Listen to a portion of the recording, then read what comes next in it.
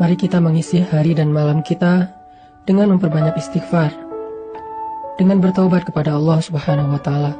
Sehingga Allah Subhanahu wa taala berjanji, "Faqultu astaghfiru rabbakum innahu kana ghaffara." Beristighfarlah kepada Tuhanmu, pasti Dia akan mengampuni. Gak mungkin Allah tidak mengampuni dosa hamba-hambanya, walaupun dosa kita memenuhi langit dan bumi. Gak mungkin orang yang datang kepada Allah pulang dalam keadaan kecewa. Maka wasari'u ila maghfiratin min rabbikum. Bersegeralah saudara-saudaraku, teman-temanku. Ayo kita segera datang kepada Allah. Segera bersimpuh di hadapan Allah. Segera meminta ampun kepada Allah. Dan hanya itu kunci kebahagiaan kita. Itu kunci datangnya rahmat Allah dalam kehidupan kita. Dan itu juga rahasia keajaiban dalam setiap kesulitan kita.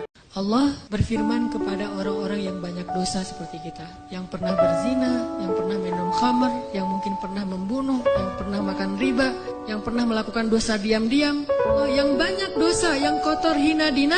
Allah bilang, ya ibadi, hambaku, gitu. Lembutnya panggilan Allah kepada kita. Allah gak mengenal, wahai manusia, wahai pendosa, wahai orang yang hina. Enggak, Allah bilang, qul ya ibadiyalladzina asrafu ala anfusihim. Bilang kepada hamba-hambaku yang banyak dosa. Tapi Allah gak bilang yang banyak dosa, yang melampaui batas terhadap dirinya. Lembut sekali bahasa Allah. Udah banyak dosa, Allah masih memanggil kita hamba. Bahkan ketika kita melakukan dosa, diam-diam di malam hari, tidak ada yang melihat kecuali Allah, kemudian cuma satu malaikat yang mencatat. Jangan catat dulu, mungkin besok dia akan bertobat. Allah kalau kita buat dosa diam-diam, Allah tutupi aib kita, nggak mau ngasih tahu. Allah itu suka banget sama orang yang bertaubat lalu belajar, memperbaiki diri. Taubat dan taklim Allah nge-like banget tuh. Siapapun yang bertaubat, siapapun yang kemudian pengen belajar memperbaiki dirinya, semasa proses itu Allah suka banget sama dia. Setiap hari Allah nge-like dia dan ngasih tahu ke malaikat, ini hambaku, ini hambaku, ini hambaku, ini. Terus Allah ngebanggain dia. Allah walaupun ngelihat kita banyak berbuat dosa, tetapi Allah masih juga manggil kita hamba. Ya ibadi, wahai hamba-hambaku, kalau kalian datang kepadaku dengan membawa dosa yang memenuhi langit dan bumi, penuh dengan dosa kalian, gak ada lagi planet, gak ada lagi bintang, semuanya dosa kalian isinya.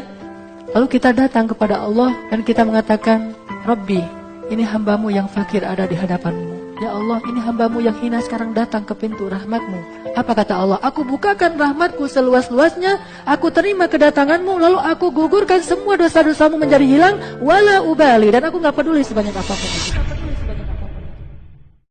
Allah yang maha tahu masa depan aja berhusnuzon. Allah tuh tahu kita gak akan minta ampun, mungkin tunggu Ramadan baru minta ampun. Allah tahu bahwa kita akan minta ampun pulang umroh. Allah tahu bahwa kita akan minta ampun taubatnya itu usia 40 tahun. Kenapa Allah seperti berhusnuzon? Oh bentar lagi dia istighfar. Allah tuh luar biasa ya. Allah tahu loh masa depan. Allah tahu ada hambanya yang lagi berbuat dosa, taubatnya mungkin 10 tahun lagi, taubatnya mungkin 20 tahun lagi, taubatnya mungkin akhir hayatnya, detik-detik mau sakaratul maut baru taubat.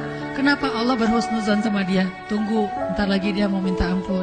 Malaikat nunggu. Allah belum juga tuh. Tunggu aja 2 hari. Allah udah 2 hari, 3 hari, setahun, 2 tahun, sampai akhir hayat. Pas dia bilang, ya Allah ampunkan dosa saya. Tuh, lihat tuh malaikat tuh kan minta ampun kan? Allah gitu sama kita. Seolah-olah Allah itu gak tahu apa-apa. Saking baiknya Allah kepada hamba. Makanya Allah katakan wa ya'fu an katsir. Sebetulnya Allah maafin banyak. Kita dosanya banyak, dibalasnya dikit. Pengen gak begitu berdoa langsung Allah menunjukkan keajaiban? Kita pengen aja gak berani ya, karena kita gak percaya bisa. Kita mau mengatakan pengen, itu aja kita gak berani karena menganggap itu gak realistis. Masa sih bisa? Bisa kalau kita yakin kepada Allah. Kalau kita gak yakin, kalau kita bilang gak bisa, kalau kita ragu bahwa Allah bisa menunjukkan ajaib kepada kita dalam hitungan detik, terus kemana kalimat kun fayakun? Masalahnya kita gak yakin untuk bilang pengen, begitu doa langsung Allah kabulkan. Itu aja kita ragu. Kenapa? Kita gak percaya itu bisa terjadi dalam hitungan simsalabin abracadabra. Kita gak percaya itu bisa terjadi dalam satu kalimat kun. Makanya tidak ada kun dalam hidup kita. Gimana caranya? Belajar yakin kepada Allah seutuh-utuhnya. Makanya udah transaksinya tuh sama Allah aja. Kalau kita transaksi dengan Allah, nanti Allah akan mendatangkan manusia untuk menyayangi kita. Makanya kalau kita pas berkasih sayang, Kenapa? Karena Allah. Pas kita memaafkan, kenapa? Karena Allah. Pas kita berlapang dada, kenapa? Karena Allah. Sehingga ketika Allah sering disebut karena Allah, Allah akan mengatakan, lihat hambaku, dia melakukan ini karena aku. Besok kita bilang lagi, lihat lagi hambaku, kata Allah, dia melakukan karena aku. Wahai malaikat, saksikanlah, sesungguhnya aku sayang kepada hambaku itu. Maka Allah mengatakan kepada Jibril, sayangi dia wahai Jibril. Malaikat itu la ya'sunallaha ma amarahum wa yaf'aluna ma yu'marun. Itu sifat malaikat. Gak mau bermaksiat kepada Allah dan pasti mengerjakan perintah Allah. Ya Jibril, cintai dia. Maka Jibril saat itu juga mencintai hamba ini. Terus Jibril mengumumkan kepada seluruh malaikat. Saat itu juga seluruh malaikat mencintai hamba ini. Seluruh malaikat mencintai. Apapun bentuk kesenangan dan kebahagiaan yang diekspresikan oleh siapapun di muka bumi, sesungguhnya Allah lebih bahagia dan lebih senang lagi terhadap hambanya yang beristighfar. Coba, kurang baik apa Allah sama kita? Jadi kalau teman-teman ngebayangin ada seseorang yang lagi happy banget, lagi excited banget terhadap sesuatu, Allah lebih excited lagi terhadap hambanya yang beristighfar. Jadi kalau pengen buat Allah tersenyum, istighfar. Astagfirullahaladzim. Allah senyumnya. Allah tuh gak pendendam kayak kita. Allah itu membalas sesuai dengan amal. Kalau kita gak istighfar baru dibalas. Tapi begitu kita istighfar, Allah lupain semua dosa kita. Seolah-olah kita gak pernah ngecewain Allah sama sekali.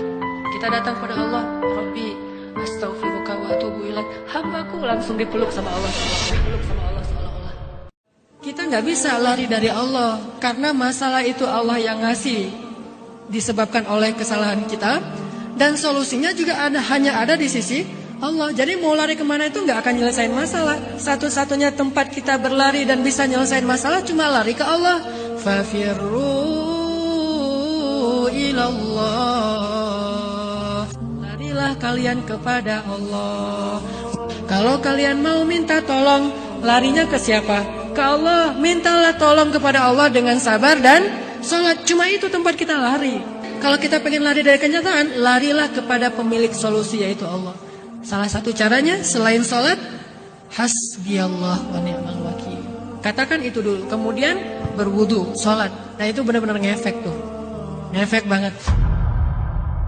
Matematika untuk mengukur siapa lebih beruntung. Sehingga kita tidak perlu bertanya, kenapa? Why? Saya udah hijrah kok makin susah hidup saya? Dunia itu, akhirat enggak. Kalau kita mengukur amal kita hanya dengan dunia, kita bakal sering kecewa karena Allah tidak menilai dunia ini bahkan lebih ringan daripada 11 sayap nyamuk. Seandainya kata Nabi dunia ini di mata Allah ada harganya, pasti Allah gak mau ngasih dunia kepada orang yang tidak beriman. Gak mau. Berhubung dunia ini tidak ada nilainya, Allah kasihlah kepada orang yang tidak beriman.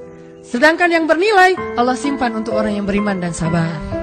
Sehingga ketika kita hijrah, kita minta tolong kepada Allah urusan dunia, tetapi kita yakin kalau kita istiqomah, ikhlas, maka di akhirat wa ma indallahi khair. Kalau teman-teman lagi cemburu dengan dunia seseorang, ada rasa kayak kepengen apa yang orang punya, ada rasa iri, ada rasa cemburu, merasa orang lain lebih beruntung dari kita, bilang wa ma indallahi khair. Apa yang ada di sisi Allah lebih baik. Udah enggak jadi cemburu. Kalau mau ngelamar seorang cewek, sebelum kita datang ke calon mertua, lobi dulu ke langit pemilik hati mertua. Minta kepada Allah yang menggenggam hati. Begitu di depan pintu pagar, la haula wala quwata illa billah. La haula sampai 100 kali. Kenapa 100 kali? Sampai yakin banget ya Allah lah yang menentukan hati seseorang hamba. Bisa dibolak-balik. Bisa jadi awalnya si calon mertua ini udah punya calon sendiri buat anak yang perempuannya. Akhirnya orang tua calon mertua tadi yang udah punya rasa srek kepada yang lain tiba-tiba berubah pas ngelihat kita. Wah, ini nih calon menantu saya nih. Jadi Allah sendiri yang berjanji akan menunjukkan keajaiban, mengabulkan permintaan-permintaan yang baik dari hambanya, sehingga tidak perlu kita ragu Allah gak mungkin ngecewain kita. Ternyata dosa itu ngaruh dalam kehidupan kita. Setiap kali kita ngalamin hari yang buruk, kejadian yang buruk, musibah yang tidak baik, maka itu pasti wujud dari dosa-dosa yang kita lakukan. Soalnya tidak muncul masalah kecuali karena dosa. Kenapa? Karena Allah ingin mengampuni dosa hamba-hambanya dengan cara memberi musibah. Makanya Allah berfirman, wa ya'fu an katsir. Sebagian besar dosa kita itu nggak dibalas sama Allah. Allah biarin aja dulu. supaya kita punya kesempatan bertobat. Seandainya dosa kita itu dibalas terus-menerus, tapi Allah membalasnya itu perlahan-lahan dikit supaya ngasih tahu kita doang biar kita ngeh gitu, insaf. Setelah sekian ratus kali kita salah ngelihat, nggak jaga mata, cuma sekali doang kelilipan. Padahal kalau Allah mau balas yang serius, nggak kayak gitu tuh. Begitu kita salah ngelihat, buta udah langsung. Tapi wa ya'fu an katsir. Allah maafin, udah biarin aja dulu. Lihat salah, biarin. Mungkin dia tadi silap, mungkin dia bentar lagi taubat, mungkin dia bentar lagi minta ampun.